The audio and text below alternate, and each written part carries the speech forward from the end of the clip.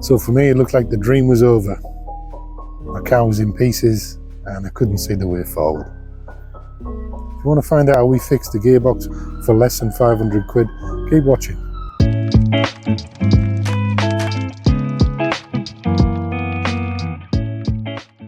Hi, I'm Nige of the North and welcome back to another edition of Living with the Bentley Continental GT.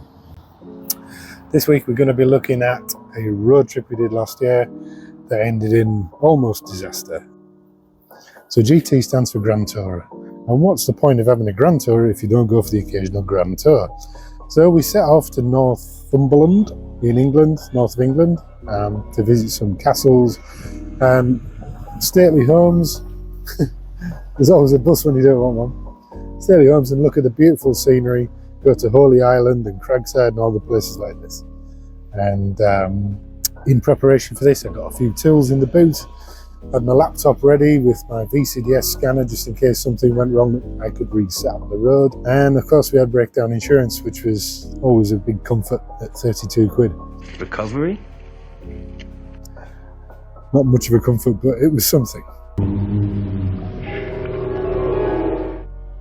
So we set off and we drove across the North Yorkshire moors through Whitby, onto Middlesbrough, and I went through the Tyne Tunnel in Newcastle, came out the other side, and there we were in Northumberland. All well and good, everything went well. We went to Cragside, this amazing country house in the middle of nowhere, literally in the middle of nowhere, built onto a crag and powered by hydroelectricity. Fascinating. It's particularly interesting if you're a Bentley owner. That's pretty touristy, I come here. Because it's got this amazing driveway that's about 5 miles long and very, very scenic, and you feel right at home with it. You get to drive through the middle of the building, which is really cool too. So everything was well. We got to our holiday accommodation, which was again in the middle of nowhere. Couldn't even walk to the pub, it was that far away. And we settled down for a few games of Scrabble. I got up the next morning to go to Bamburgh Castle, which is quite a historic castle. And was also owned by the same people that built Cragside, the Armstrong family. But when I got out to the car, it was a bit strange. There was a feeling that the gearbox wasn't responding like it should. And I was puzzled by this and a little bit worried, if I'm honest, but it seemed okay and we got there and got back fine. The next morning was a different matter. When I was selecting gears, it was thumping into them. There was high revs involved, which not normal. And by the time we got to Holy Island, I was in a bit of a deep funk over it. Still, we enjoyed our time there. Got back in the car to drive back to the cottage, and that's when the trouble really started. So the engine was revving like a clutch was going.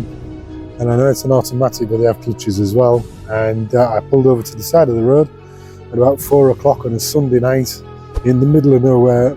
And I thought, what are we going to do? We have to get off the road.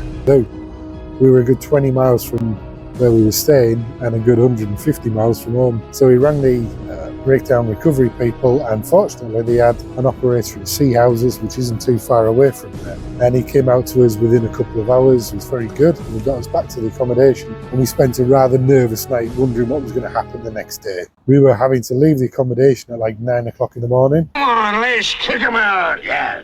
And after that point we would have no toilet, no electric to charge the phones. So we prepared as best we could. But when the guy came to pick us up, it was a big relief. He was supposed to relay us about 50 miles, so someone else could then take us another 50 miles, which is how a lot of these policies work and keep their prices down.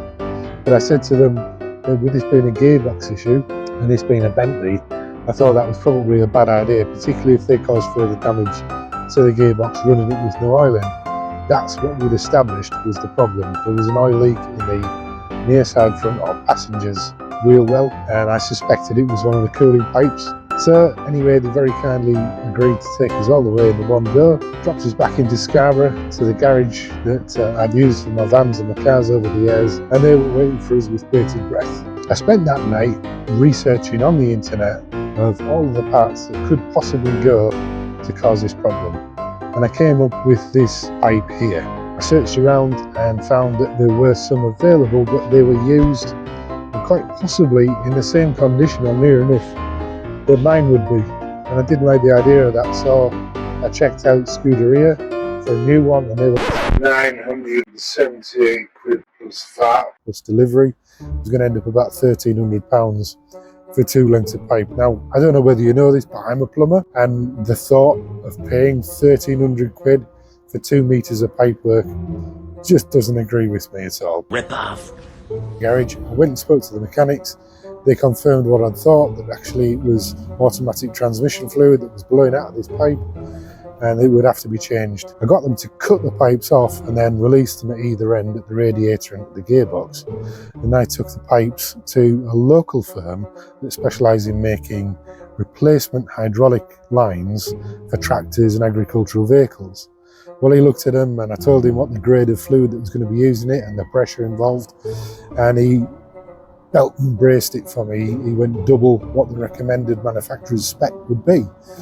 And we terminated these rubber hoses with compression fittings and used the original pipe ends to connect to these compression fittings. My mechanics told me that it was actually a piece of cake to get it back in and secure. And because it's flexible, we're not going to suffer from the same stretch cracks that I did with the original ones. I went a bit Bond then, didn't I? James Bond. So all's well and good. I got a service kit for it, for the gearbox. That was 560 quid from Flying Spares. I pieced it together on eBay for about 350, so that was a good saving. The pipes themselves cost me 59 quid, and the labour was £300, give or take a few quid. And it was serviced and ready to go. I picked it up, drove down the road, and yeah, it wasn't right. So the next day, he goes back to complain. The gearbox was thumping into second gear and out of second gear, and I thought, oh my God, that's it. Game over! It's going to be a gearbox. One thing I will say is that going to an ordinary garage with an automatic gearbox problem is rather like going to your general practitioner's, your doctor's surgery, and asking them to perform brain surgery. It just ain't the same thing, and no disrespect to normal garages, specialists the world over. So they weren't really too interested in going much further with it. I was looking at getting it through to a firm called Ketley's in West Eslington near Scarborough, who are very, very good and have a great reputation for repairing boxes. But in the back of my mind I thought, surely not, surely there's something I can do. I'd had a problem with a Range Rover years ago, and the addition of a certain fluid called Dr. Tranny, of all things, completely fixed this cattle grid noise that I used to get when it was doing a certain miles per hour. And I would never have believed that something that simple could have done it. So I searched for additives, and I was recommended to use a Lucas product, which was recommended because it stops hard shifts by lubricating all the rubber parts and the seals that are inside your mechatronic unit in the gearbox. This is the ZF 6-speed gearbox in the Bentley W12 and V8, I think. So I got some of this, we put it in, didn't make any difference, and then I found out about the adaptation process for these cars. So I'm not going to go and read this through death by PowerPoint style. You get the point. If you read these, if you really need this process, these are the steps to take. Went through the adaptation process, no joy. In fact, actually, it got worse. Things got very much worse when I was at a set of traffic lights the same night, and I set off and there was a massive clunk and the car stopped moving forward. And I thought, yeah, the gearbox is definitely knackered. That's it. You know, your dream's over. You're going to have to make a big plant pot out of it and spend the rest of your life just washing it. Why the fuck do I want a caravan? It's got no fucking wheels. As it happens, I got it recovered back to the garage that had done the oil change for me. They had it up on the ramp and they quickly confirmed that it was just a half shaft that had come adrift. Don't know how. They said the bolts had come loose. Yeah, much about how you saw it. Doesn't sound normal to me, but there you go. I was very happy to get it back and on the road.